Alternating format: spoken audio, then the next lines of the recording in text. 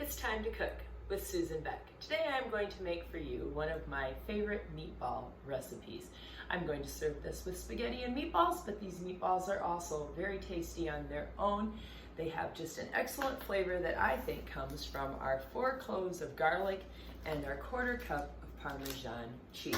We will also be using a pound of sausage and a pound of ground beef.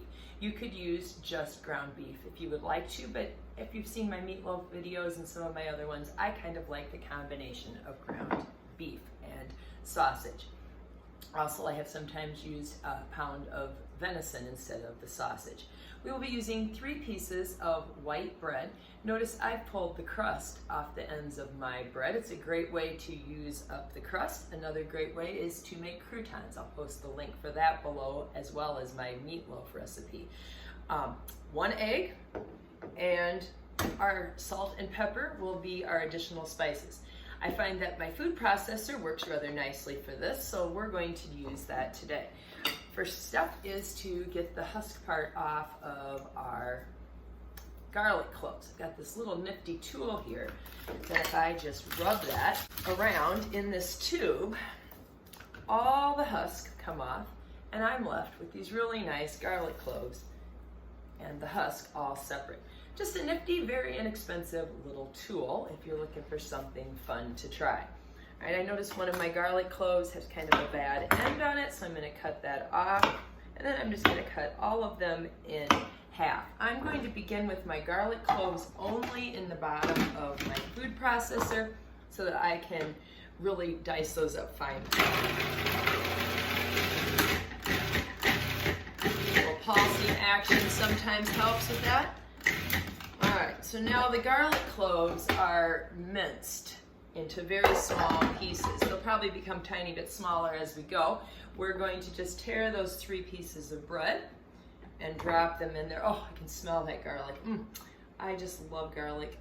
All right, and then just to moisten that a little bit, we're going to put in 2/3 cup of cold water. I'm going to pulse again and just break that bread up a little bit so that it is also in tiny pieces. You kind of got a mushy little mixture of water, garlic, and breadcrumbs there.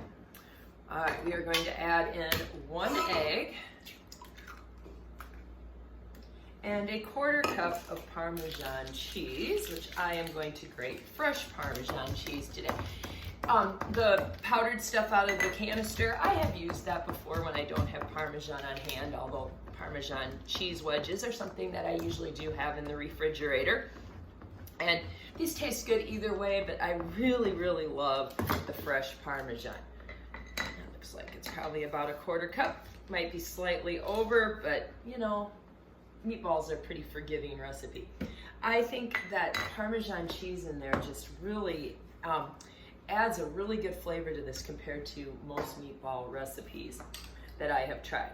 All right, we have a teaspoon of salt and 1/2 teaspoon of ground pepper. So I don't know, 4 to 6 times around on my pepper grinder will be good. All right, we're gonna mix again. Now the reason I am mixing all of that before I put my meat in is we want to be careful not to over mix our meat. You could mix this by hand in a bowl would be another way to do this to kind of prevent that over mixing. All right, so I'm going to put in both kinds of meat, both our ground pork and our ground beef. My ground pork today happens to just be plain ground pork, but Italian seasoned pork would also work in this, so you can decide what you would most like. Okay, I'm just going to kind of pulse that a little bit. I don't want to over mix it, but I do want to get my breadcrumbs and my garlic and cheeses all mixed in. I'm gonna stop right there. I mean, that was like 3 or 4 pulses is all I did on my food processor.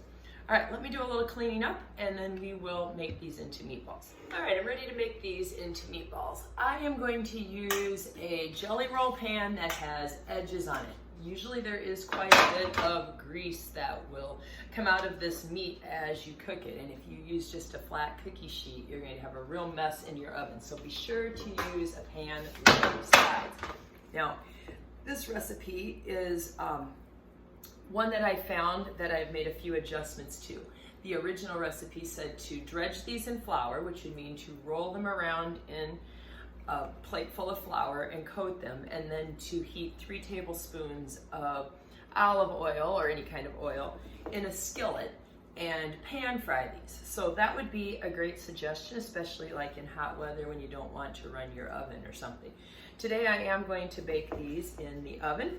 I am making fairly good sized meatballs. They're probably 1.5 inches in diameter. That one might be a little on the larger side.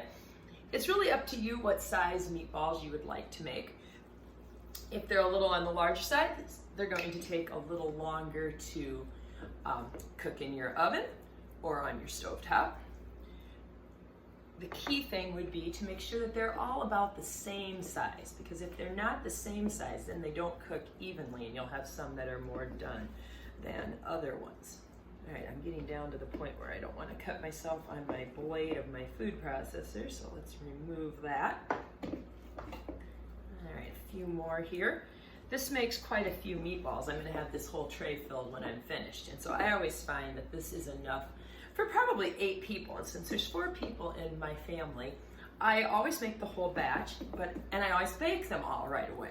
And then I simply put them in either a Ziploc bag or a Tupperware type container, and I put them into the freezer, and they're ready the next time we want to have spaghetti and meatballs.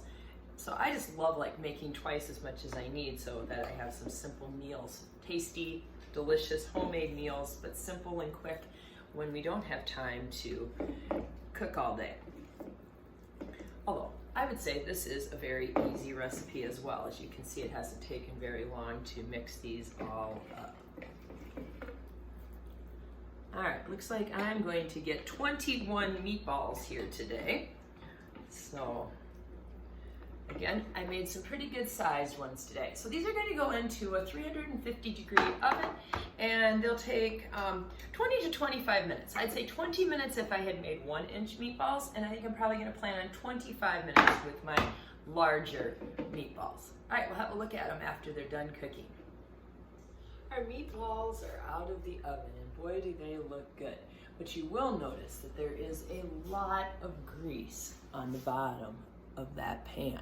So here's my trick for taking care of that.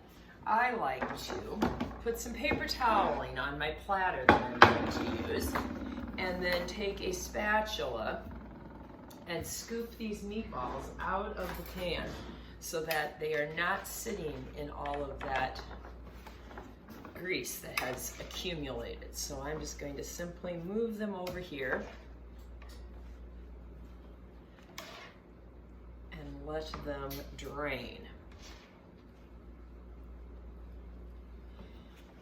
Now I mentioned that these would cook for 20 to 25 minutes. One way to be sure they're done is to actually cut into one of them and check that it is light pink or not pink at all, depending on how you would like to have your meatballs served. I can just smell that garlic as I put these on this paper toweling. Now I also mentioned that I like to freeze these, that I usually put half of them into the freezer for another day. So the ones that I freeze, I would want to let them cool completely before I put them into the freezer. But boy, look at that nice big plate of meatballs. It's time to give this meatball a taste. First, I'm just going to split it open so that you can see that mine is completely cooked all the way through. And now for a taste. They're just delicate and light, and I just really like them so much better than the dense little meatballs that you can buy in the frozen department of the grocery store. And with 4 cloves of garlic, that garlic is very, very evident in there.